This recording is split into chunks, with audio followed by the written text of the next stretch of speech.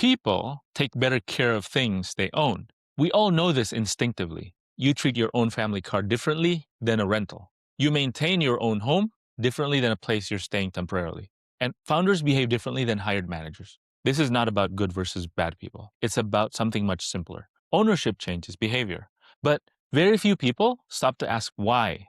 When you own something, three things happen at once. First, your actions are directly tied to the outcome. If you maintain it well, you benefit. If you neglect it, you pay the price. Second, the consequences become personal. When something breaks, it's not abstract. It affects you. Third, your time horizon expands. Owners think longer term because they will still be there tomorrow. Ownership makes future consequences feel personal. When future consequences feel personal, responsibility increases naturally. No lecture is required. Now, contrast that with access. Modern life is built more and more around access instead of ownership. We rent, we subscribe, we borrow, we leverage. Access gives convenience. It reduces cost. It increases flexibility, but it also weakens the link between action and long-term consequences. If you don't own it, you don't fully carry its future. Again, this is not moral judgment. It's human psychology. When people don't own the outcome, responsibility weakens, not because they're evil, not because they don't care, but because the system does not tie their choices to lasting consequences. Now, let's bring this into the economic system. When decision makers do not carry the risk of their decision, behavior changes. When losses are absorbed by someone else, caution decreases. When gains are private, but risks are shifted, incentives distort.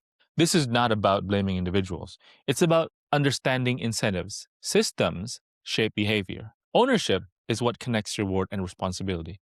When that connection is intact, people think differently. They act differently and they plan differently. Ownership also gives something deeper. It gives dignity. When you own something, even a small part, you have a stake, you have a voice, and you have agency. And you're not just participating, you are responsible. And responsibility is closely tied to meaning. This is why many ethical traditions insist that reward must be tied to responsibility, not as punishment, but as protection. When reward and responsibility are separated, behavior becomes unstable. So here's the deeper question. If ownership creates responsibility, then maybe the real issue isn't why people act irresponsibly. Maybe the real issue is why so many modern systems remove ownership from the people making the decisions. Assalamu alaikum. If you're new here, my name is Parama, and alhamdulillah, I've been financially free for many years now. At this stage of my life, I'm more interested in helping others build prosperity as well,